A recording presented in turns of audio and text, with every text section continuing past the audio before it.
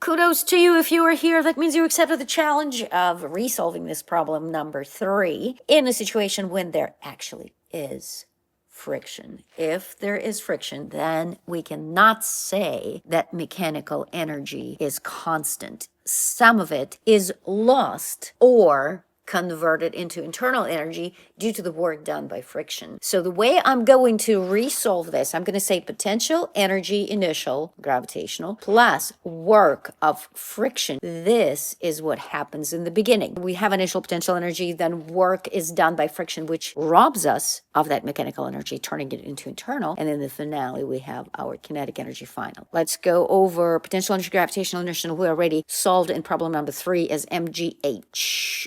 MGH initial. We found H initial is 3.2 because it's 5 sine of 40. You can resolve it if you want, but believe you me, it is indeed 3.2. Then work of friction. That's the predicament. We need to figure out work of friction. So work of friction, as you remember, is force of friction times displacement, which is 5 meters, and then times cosine of 180, because kinetic friction is working against friction is this way, displacement is that way. That's our force of friction. This is our displacement. But in order for us to, and I will actually add our box and solve for force of friction. Remember, force of friction is mu times normal force, and normal force is a equivalent of mgy, which is mg cosine of this 40-degree angle. Force of friction, mu times normal force, equals 0.36 times mass. I don't know the mass.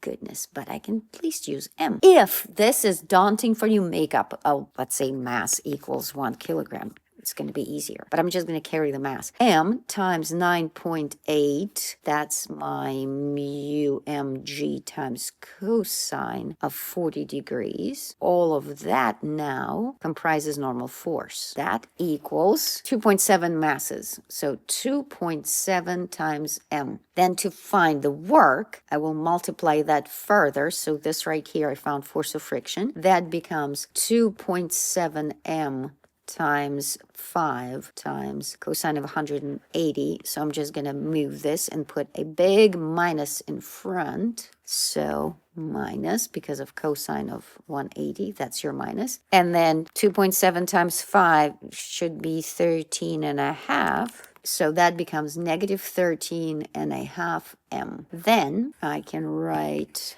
so I have m times 9.8 times 3.2.